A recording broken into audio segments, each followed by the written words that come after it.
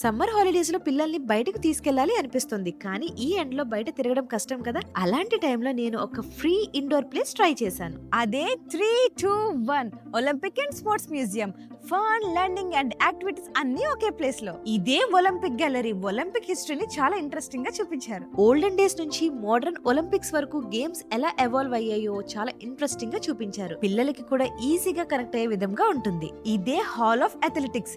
Legendary athletics, medals and stories అన్ని ఇక్కడ చూడొచ్చు. Legendary athletics, medals and historic photos చూస్తే మా పిల్లలకి కూడా ఏదో ఒక స్పోర్ట్స్ మీద ఇంట్రెస్ట్ వస్తుందేమో అనిపిస్తుంది.